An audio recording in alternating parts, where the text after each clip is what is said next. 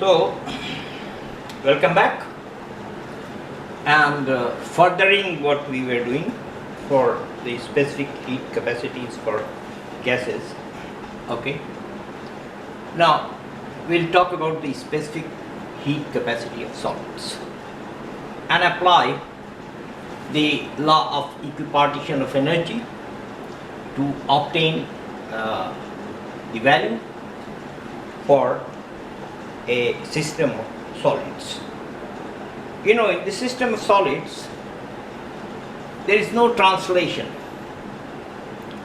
and there is no rotation, only vibrations take place, and these vibrations can take place in three mutually perpendicular directions, okay, like this, which are independent of each other, and therefore we can say that there are 3 degrees of freedom associated with that. In the 3-dimensional system, of course, it will always be a 3-dimensional system, except for maybe in the case of thin films where we have a 2-dimensional system. Okay, but we will not go into those details. Let us have an ordinary solid at what we call standard temperature and pressure. Even a change in the temperature or in the pressure is not going to make much of a difference. Let the solid sample have n atoms, and each of them vibrating about its mean position. So, oscillation in one dimension has an average energy because there are 2 things. One is this and the other is this associated with the vibration. One because of the velocity and the other because of the position. Okay, that part. So anyway, the one-dimensional system has got an energy 2 into half kVt, which is kVt. And because the system is 3-dimensional, then I just multiply by 3 and get 3 kVt, no problem. Now, what we do for 1 mole, we can say that n will be equal to Na, the Avogadro's number, 6.02 into 10 to the power of 23. Okay. So the total energy of the system, capital U, will be equal to 3 kVt multiplied by Na, and kV into Na, that gives you R, the universal gas constant. So U becomes equal to 3 RT, very easy. Now at constant pressure, delta U, change in the value of the heat supplied to the system, this results in 2 parts, delta U plus PdV. Well, because delta V is infinitesimally small, almost 0, therefore this term vanishes and delta Q becomes equal to delta U, and therefore I can say that the heat capacity of the solid C, molar heat capacity of the solid C, is equal to delta Q upon delta T. This is equal to delta U upon delta T. Okay, so this becomes equal to 3R, right? So the heat capacity is equal to 3R. R is 8.31 joules per mole per Kelvin, and so when we calculate, this turns out to be equal to 24.93, literally the value of the specific heat of solids. And now when we go and study and find, then for several solids, this is enumerated over here: aluminium, which is a very light metal, okay, and then copper, then lead, and then silver, and finally a very heavy metal like tungsten, okay. In all these 5 cases we find that the value 24.4, 24.5, 26.5, 25.5, 24.5 in the vicinity is in the nearness of this calculated value. Of course, carbon is an exception. Okay, carbon is an exception in general because it has so many forms and this and that. There are reasons for carbon, and we are not going to indulge in that why carbon has a smaller value. Next, we talk about water, specific heat capacity of water. The most friendly liquid that we have around, and to look at the water as a liquid or water as a solid, we treat it like a solid, like we had done just now. And for each atom, the average energy we found to be equal to 3 kBt. But the number of atoms in a molecule of water, H2O, is 2 atoms of hydrogen and 1 atom of oxygen, so is equal to 3. So for a single bowl, okay, 18 grams of water, U turns out to be 3 into 3 kBt into Na is equal to 9 RT. And by the definition of molar specific heat, this is delta Q upon delta T, and delta Q is equal to delta U. So we find it that C is equal to 9R, where R is the universal gas constant. If I make the calculations with the values that we have, this is equal to 9 into 8.31, turns out to be 74.79. By mere calculations is approximately equal to 75 joules per mole per Kelvin. Okay, which is what we obtained experimentally normally for the ice as well as for water, because the system is just like that of solids. Well, however, this is one liquid that we are talking about, but if we have complex molecules comprising a liquid or a solid, like acetone or alcohol, which are organic materials, there is a deviation from this value. Okay, and that deviation is because of the degree of freedom factors or degree of freedom effects depending upon that very substance we are talking about. We are not going to indulge ourselves in those things. But I must mention to you that at very low temperatures, in the nearness or vicinity of absolute zero, well, this is, I left it deliberately, 0 Kelvin, which is minus 273.15 degrees Celsius. Okay. Then this classical theory, which we have developed in the kinetic picture, and the kinetic theory of gases and materials that we are talking about, that classical theory does not help us at all to explain the behavior at these low temperatures. And this classical theory says, chee, just like a chicken, okay, says, sorry, no Baba, no, I can't do that, okay, I can't explain.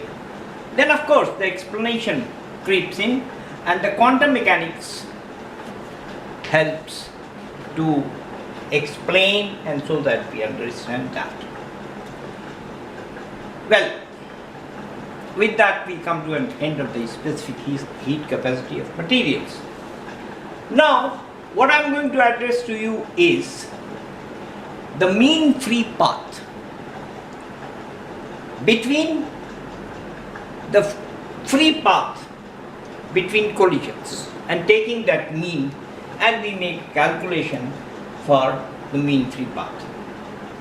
We know that there's the speed of the molecules in a gas is quite high,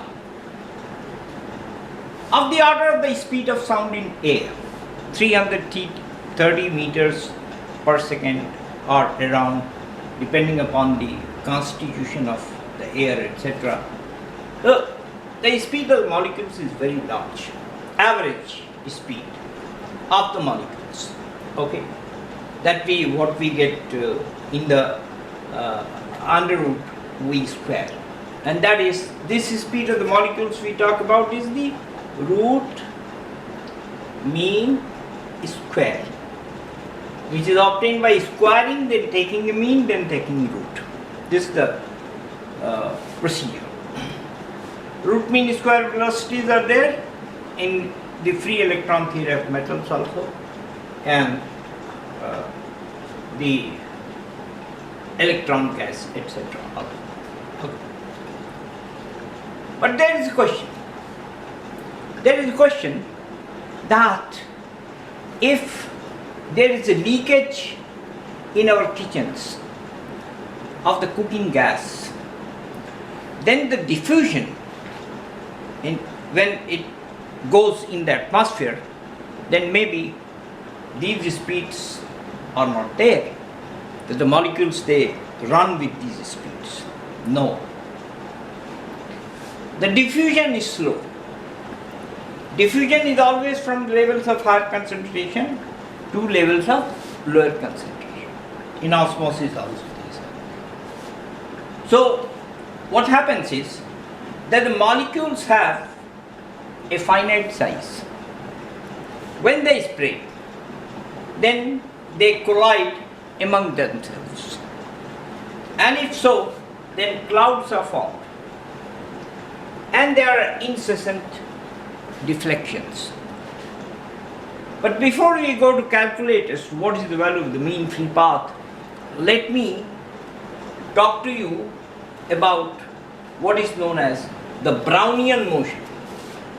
Brownian motion,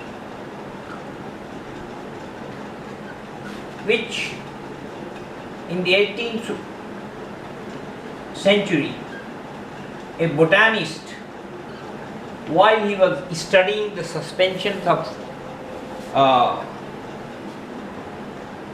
the certain suspensions in water which size was very small, and he was using a powerful microscope, he found that the pollen grains which was suspended in the water, they used to move in all possible directions or on the surface of the water. They used to run here and there and there and here. Why so? Because if there is a pollen grain, in the water or in any other similar liquid, then the water etc. they comprise molecules which keep on hitting this from all sides. Okay, and they kind of box with those small particles, the pollen grains, and it's not that they cancel out the effect of each other. Sometimes these pollen grains, they are pushed because of a net force that is developed, or because of a net torque that may develop. And so the Brownian motion is explained. In explaining the Brownian motion, in 1905, when Einstein wrote his three famous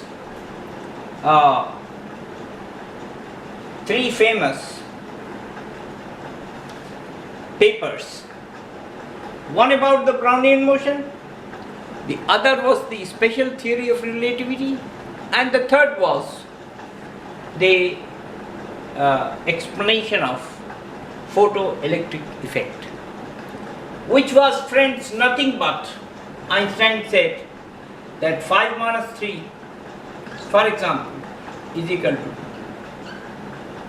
and 3 minus 4 or 5, this is not possible. Okay, so this is the crux of the matter.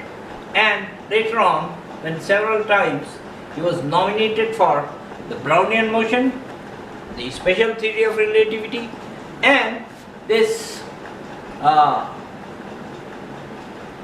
of explanation of photoelectric effect, okay, then one energy minus another energy is equal to h nu.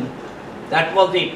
I'm not writing it here, not disturbing you, but just giving an idea. Of course, the Brownian motion was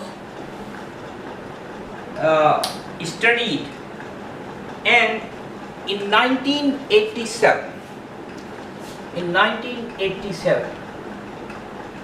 this was very elaborately studied by an Egyptian scientist who used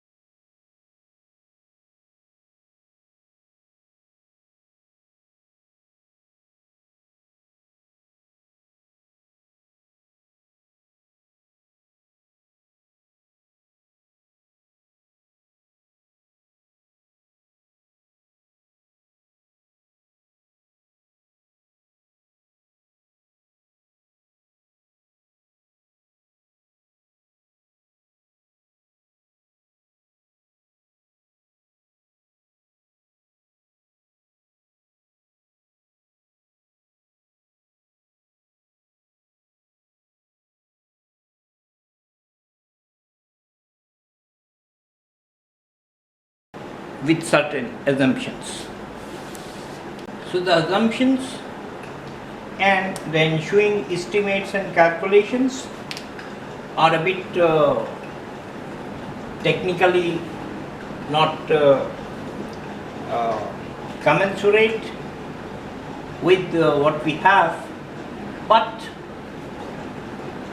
we can show through those several steps, and when we work out the calculations, that if d is the diameter of a molecule, which is of the order of 2 Angstrom, then the mean free path is 1500 into d, which is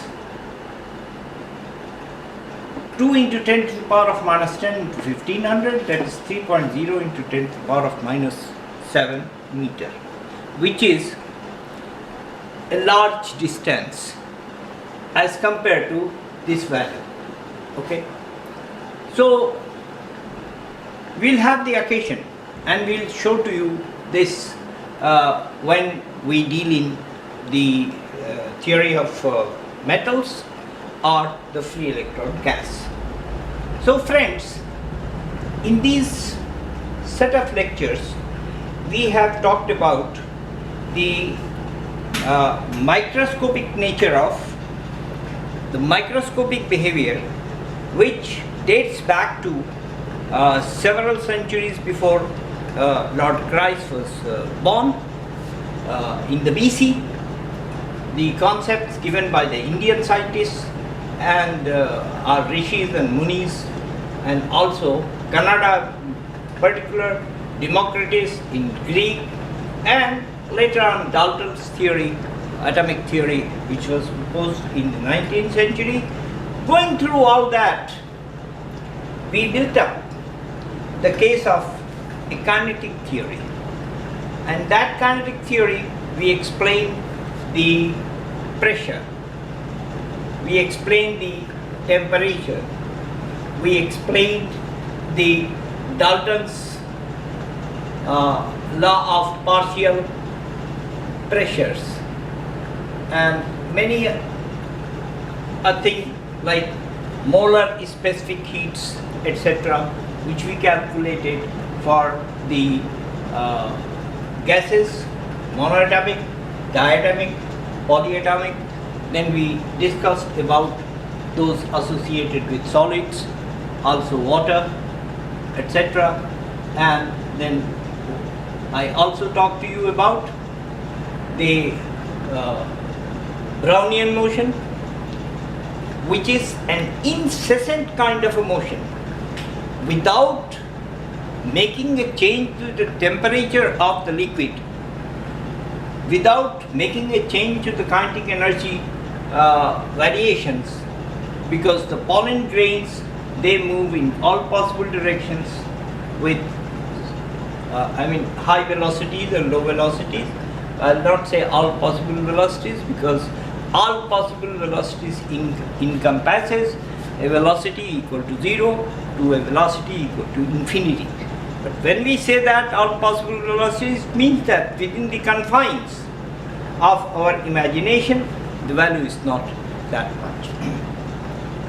So that way we have come to an end of the benefits of the kinetic theory of gases. Explained the gases, we explained thermodynamical variables associated with that, partial pressures, etc. And the very nice thing that we learned is the degrees of freedom, translational, vibrational, and rotational degrees of freedom, which helps us to find out Cp or Cv, which goes, which decreases as from monoatomic to polyatomic cases. So thank you very much, and I hope that you have enjoyed.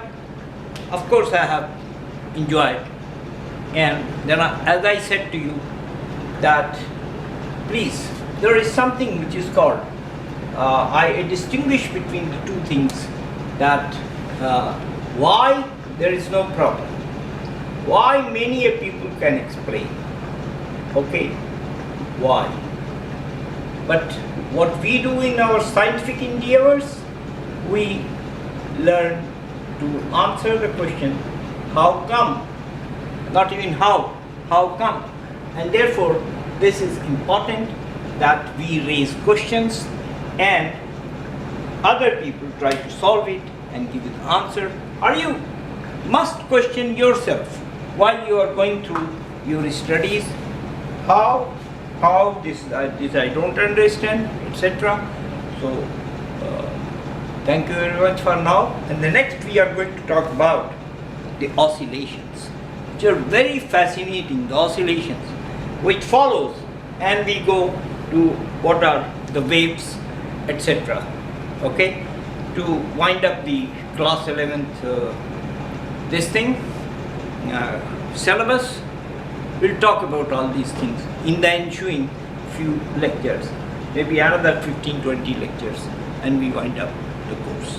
Thank you very much.